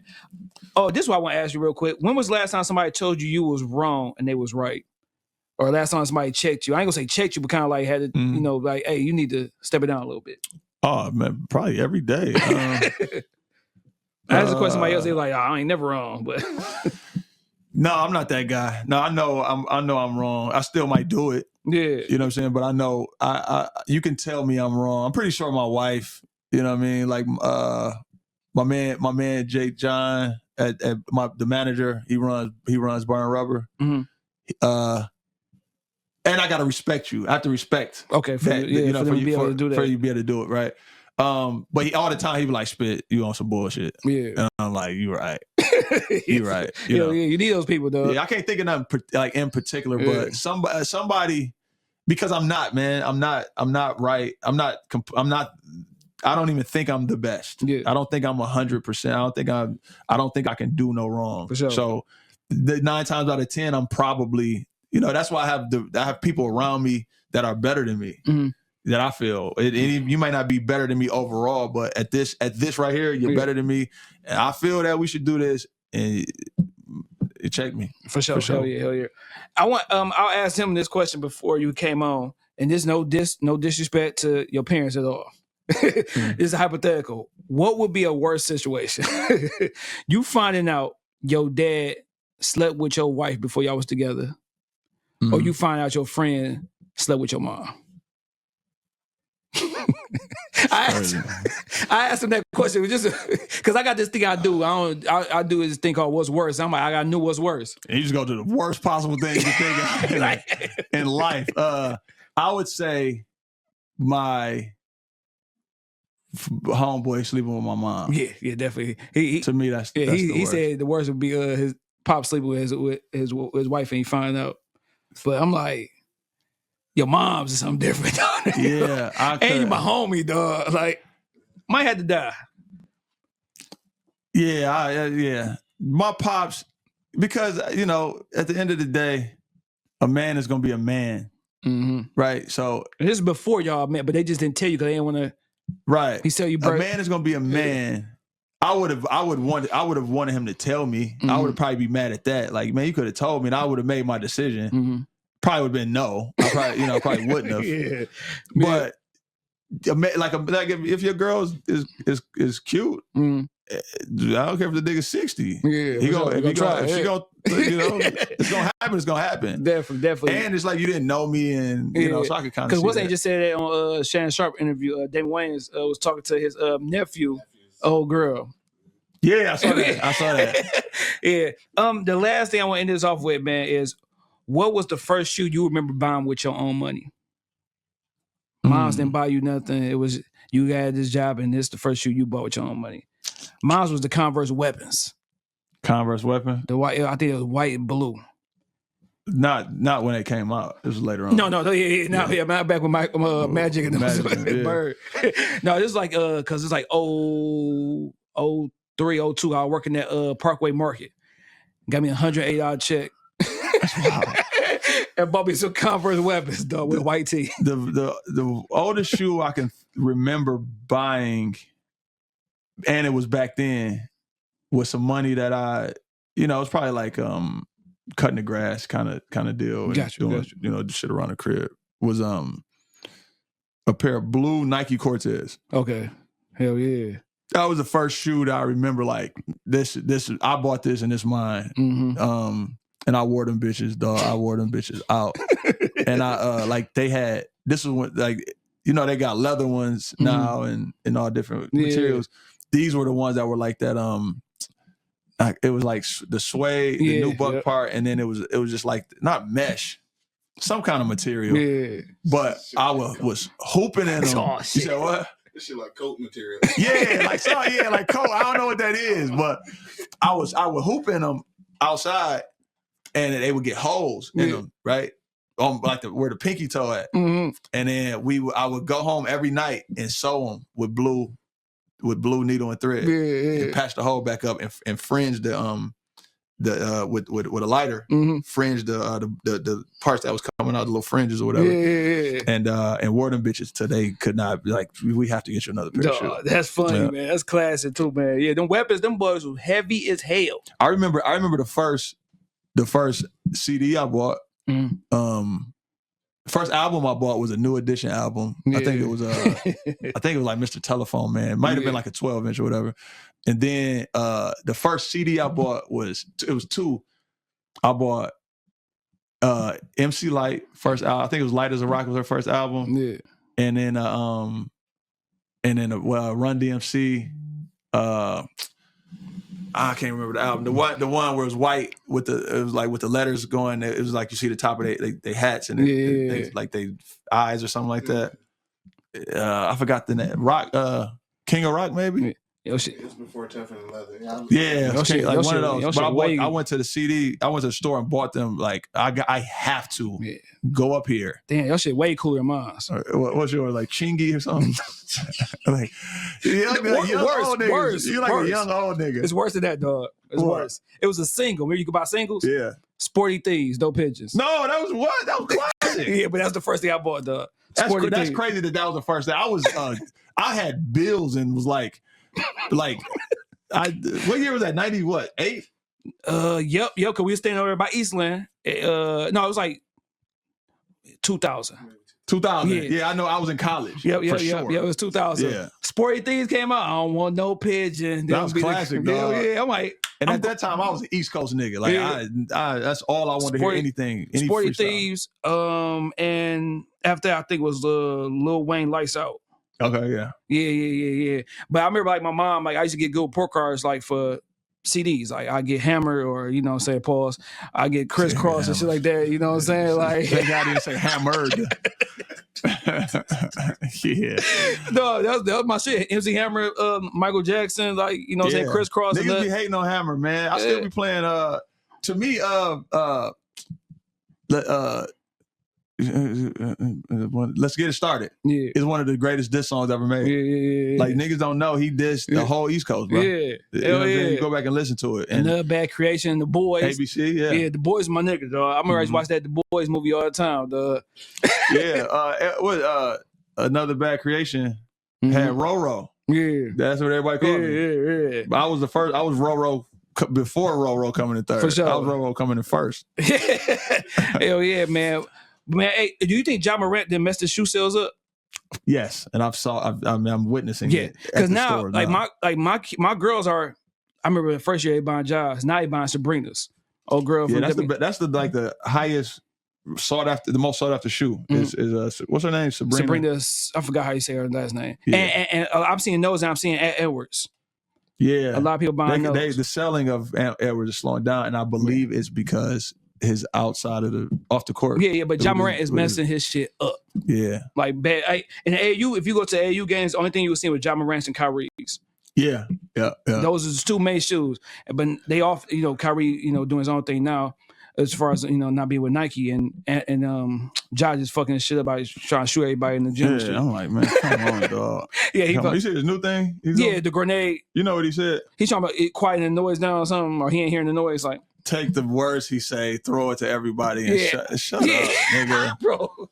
Like, dog, like, you purposely trying to be a thug, bro. Just make your money, dog. You in the league, man. dog. You about to start getting extorted by the Crips and all kind of crazy. And they gonna let you go, dog. Is Jordan the only shoe that you could wear with jeans? No. Like okay, like I remember my son had to stop me. I was wearing like Kyrie's with jeans and shit, like the hoop shoe. Yeah. It's a couple here and there. It was I forgot what LeBron 9 maybe or whatever. The LeBron the LeBron that they did. I'm trying to keep it going, bro. I'm trying to get. They put that stuff on camera, on the mic. I mean, around when the South Beach LeBrons. I think that was the 8. Oh yeah. So the 8 and then the 9 where they did the All-Star, the Galaxy where they did the Galaxy foams and that orange one. I think that was the 8 and the 9. Yeah, those are some dope shoes that you could wear with with jeans. Yeah. Because now like the only foam posits you can wear foam posits with jeans. Yeah. Foam posits. The thing is, more than anything, it's retro basketball. The newer basketball don't really look that great with jeans, but all the like Barclays, Barclays, you know what I'm saying? Yeah. All the pennies. Definitely pennies, yeah. You could do all those with jeans. Pennies, those some hard shoes to hoop in, Yeah. Up tempos, yeah. Hell yeah. Hell yeah. Man, well, hey, man, I appreciate you coming on, dog. For sure. You Thanks know for what I'm having saying? me. Appreciate Anytime, you. bro. Hey, I said I was going to say this. I mess with you because I was following you and then unfollow you when you didn't follow me back, dog. I just followed you. I know. I don't be knowing, man. Hey, but no, it was cool because, like I said, you was dope dude.